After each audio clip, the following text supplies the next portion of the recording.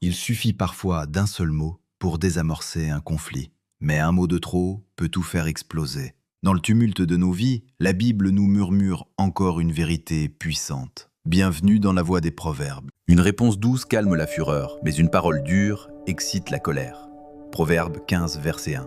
Un principe intemporel que confirment les drames de l'histoire. Le 30 mars 1182 à Palerme, durant les vêpres siciliennes, un sergent français profère des paroles insultantes à une femme sicilienne lors de la messe. Une réponse immédiate. Son mari, indigné, le poignarde. En quelques heures, un soulèvement éclate. 13 000 Français sont massacrés. Une insulte a déclenché un massacre. Maintenant, quittons les rues de Palerme et entrons dans un foyer d'aujourd'hui. Voici Sarah, maman active, chaleureuse, débordée parfois. Et voici Léa, 15 ans, vive, attachante, mais aussi bien affirmée. Entre elles, une belle complicité, mais aussi quelques étincelles. Ce soir-là, Sarah rentre tard, le visage un peu tiré, l'esprit encore au bureau. Et là, elle découvre que Léa n'a rien fait de ce qu'elle avait demandé. Pas de vaisselle, pas de rangement, pas de message. La fatigue remonte. Et les mots partent, un peu plus fort que prévu. « Léa, tu te fiches de ce que je dis ou quoi ?» C'est à l'âge. Et là, c'est le déclic. Léa réagit piquée au vif. « Tu cries tout le temps pour rien !» Sarah, blessée, contre-attaque. « Tu ne m'écoutes jamais !» Les mots claquent, les visages se ferment.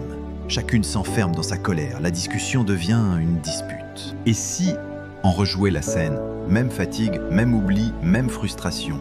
Mais cette fois, Sarah s'arrête, inspire profondément et dit d'une voix calme « Je suis vraiment fatiguée, Léa, j'avais besoin de ton aide aujourd'hui. » Léa, surprise par la douceur, lève les yeux. « Désolée maman, j'ai oublié. » La tension tombe, le lien reste. Une réponse douce n'efface pas les problèmes, mais elle change l'ambiance.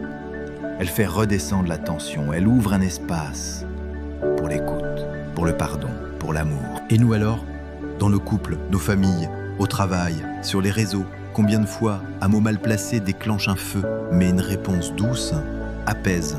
Elle n'efface pas tout, mais elle peut désarmer la colère, désamorcer le conflit et ouvrir la voie à la vraie communication. Répondre avec douceur, ce n'est pas fuir le conflit, c'est choisir un autre chemin, un chemin de paix, un chemin de force intérieure, un chemin inspiré par l'Esprit de Dieu.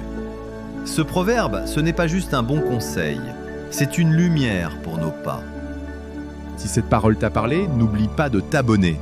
D'autres conseils inspirés t'attendent pour éclairer ton quotidien, une scène à la fois. À bientôt sur La Voie des Proverbes.